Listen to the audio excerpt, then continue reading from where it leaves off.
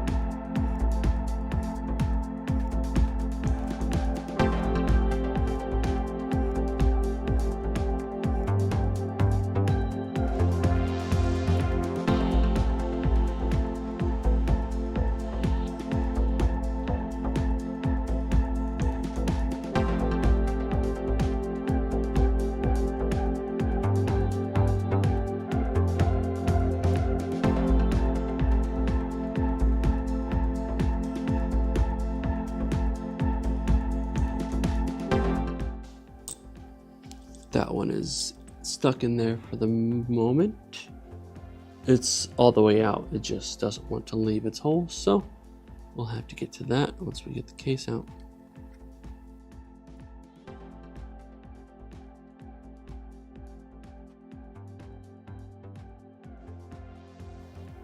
Just slightly longer than the screwdriver itself.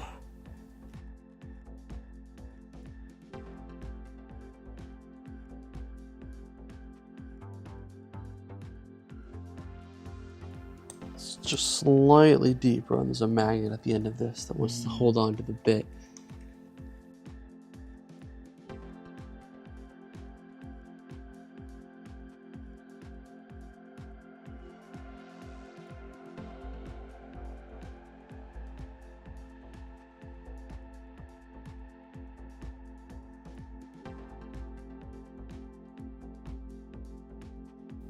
I have noticed that for some reason this left-hand hole, at least on my model, the tolerance of this hole is looser, maybe tighter than the others, so the bit gets a bit stuck in there.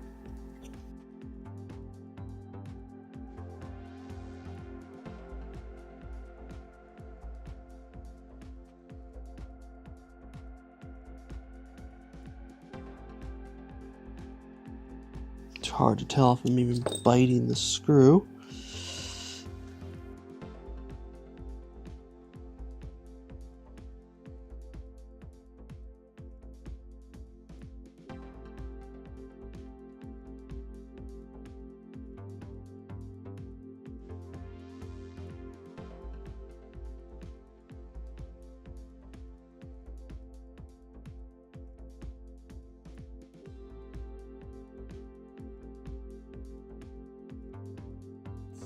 And there's the last screw.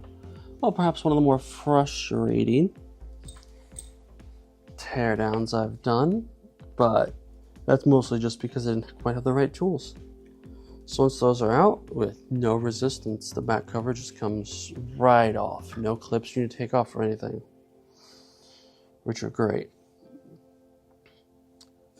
And as you can see, immediately we are presented with the battery that is held on by nothing more than, I believe, just tension from the back cover and these pins right here.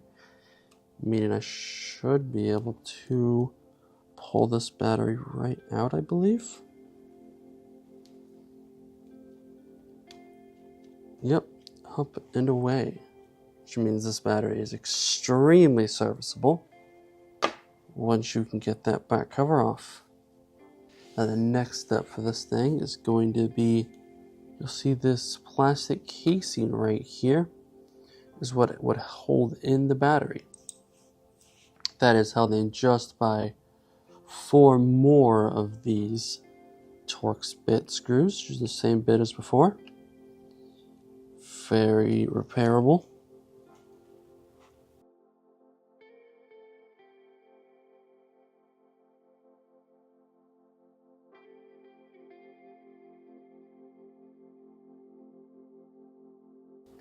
Well-machined screws that don't just want to fall out.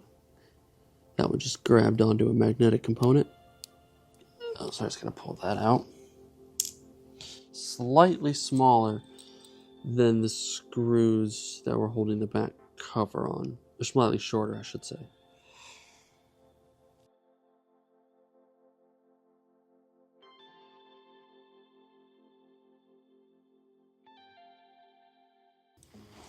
That one came out without issue.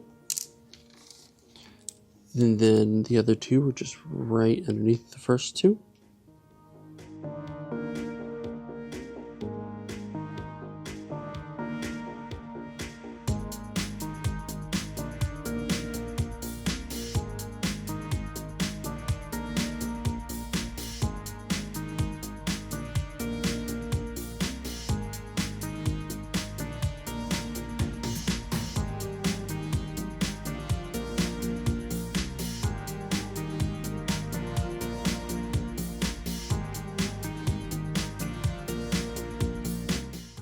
That is that battery holder out of the way.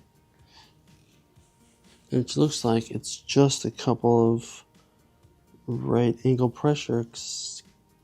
Yep, right angle pressure fittings that fit right there onto the board itself. Pretty clever way to do that to make it so easily repairable. And I believe the next thing is going to be the rumble motors. So the next thing we have to take off are these 2 rumble motors on the side. You'll have to be very delicate with these small connectors down here. Make sure you never grab it by the wires itself. So there's a little lip on there I should be able to grab.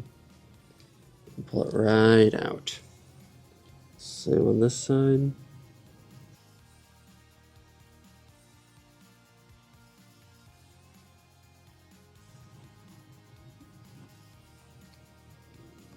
Nice and easy. There we go.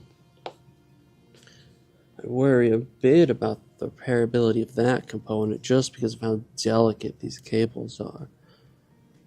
I'm surprised they didn't go with a ribbon cable or something. Well, let's say they might have gone with a ribbon cable for other components, but we'll look at that in just a moment. So now that we've got those disconnected from the board itself, we just try to put those out of the way. Now we have this little ribbon cable right here. I gently pry this locking mechanism up.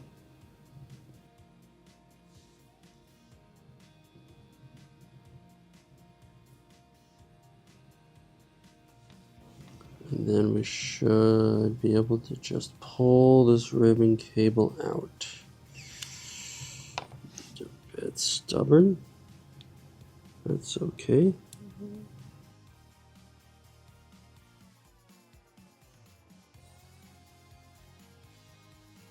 This bit here is a tab for pulling, but it's so flat against the cable, it's not really usable for its purpose.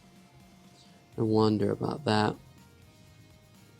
I suppose if I bend it just a tad, I can get a grip on it later for future repairs.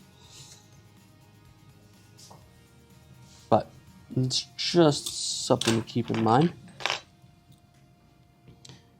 Now we have this main board that even lists itself as main board. And it looks like it's just held on by 3 more of these Torx bit screws.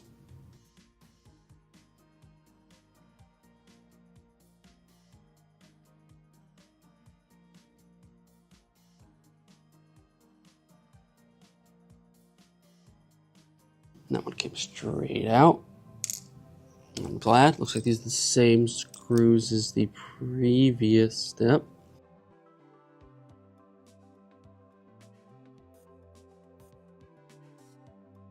I'm noticing that this board seems like it's got a date code on it. That would seem to suggest it was manufactured in December. Interesting, because the sales went on in May.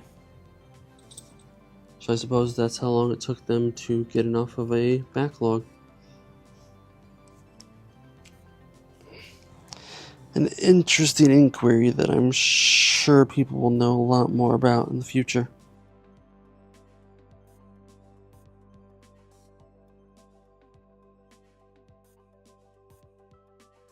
And with that, we just pull this board right away, is it?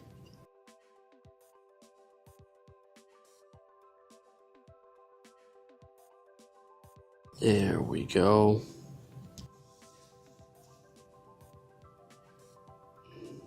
Look at that. And you can see once again, they make very efficient use of all of these pressure connectors right here to make it just that much more repairable. If we look closer in the device, you can see that the rumble packs themselves that have the back buttons over here are just held on again by another Torx bit, 2 Torx bit screws each, with the ribbon cables seemingly going down to this daughter board down here. This daughter board seems to be what's getting most of the connections. If not, it wraps around to this connector right here. I think this is a good place for us to stop for today. We've taken it apart a fair amount. But my first impressions on it are very good. I do love just how easy it is, or rather I should say approachable it is to do anything on the inside of this device. Valve certainly had that in mind on production.